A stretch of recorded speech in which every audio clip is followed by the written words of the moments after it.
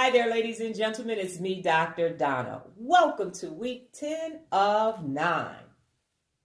Last week, I read The Invisible Employee. Here's what I have for you. Whew, I do not feel like going into that place again. God, I hate it. I can't stand Carol.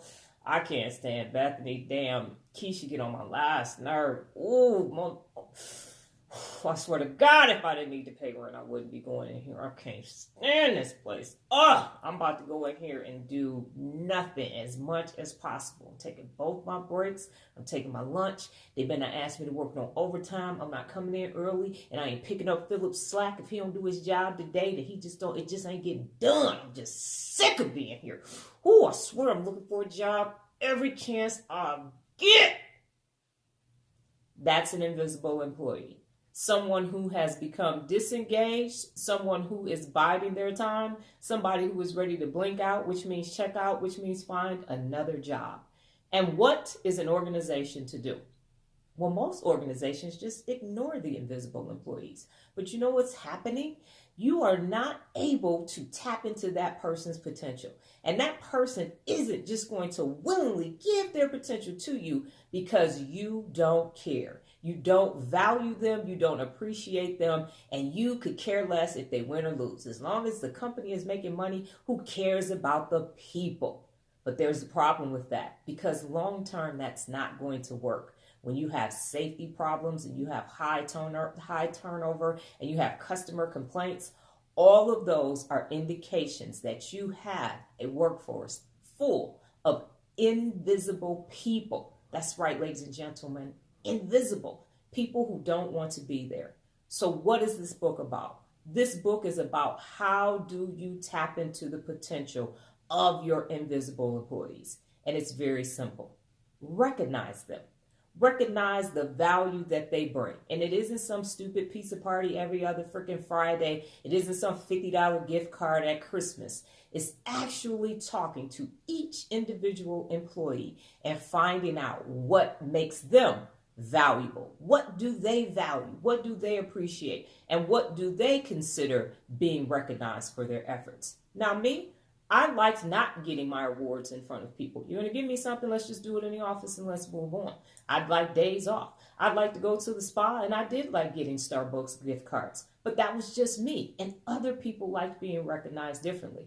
I also like taking on challenges. So if a new project came down or training and certification was there, I wanted to be that person because that's what made me feel valued in the organization. And that's what you need to do. And that's what the book gives you. It gives 70 different ways that you can recognize the invisible employee so that they can become engaged. It also gives the managers a three-step system, which is set, see, and celebrate.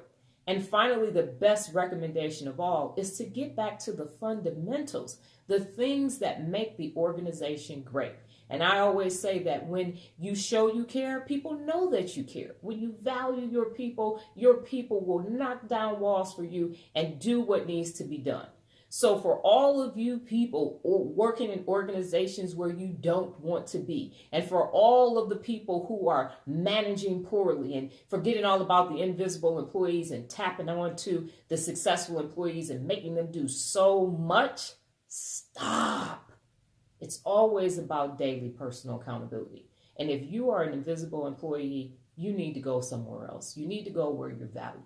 And if you are in management, whether that's frontline or senior management, you need to value everybody because invisible employees are an indication of an invisible management team. How do you do it? Back to the fundamentals. And you know what the root word in fundamentals is? Fun. So if you're not having fun, it shouldn't be done. Got it? Good. Do I recommend the book? Absolutely. Last week's New Beginning, it was all about Italiano.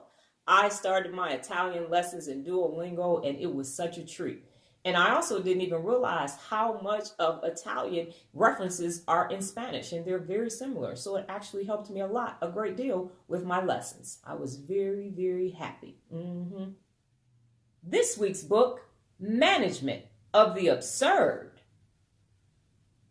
Well, that's my time, ladies and gentlemen. But before I get out of here, just remember the power of 9. New beginnings expand your mind. Adios.